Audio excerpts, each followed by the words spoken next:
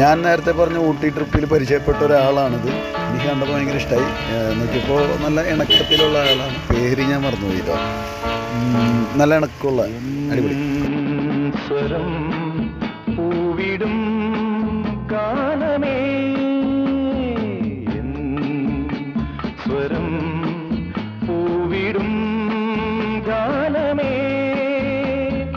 ഈ വീണയിൽ നീ അനുപല്ലവി, ഈ വീണയിൽ നീ അനുപല്ലവി, എൻ സ്വരം പൂവിടും ഗാനമേ, ഈ വീണയിൽ നീ അനുപല്ലവി.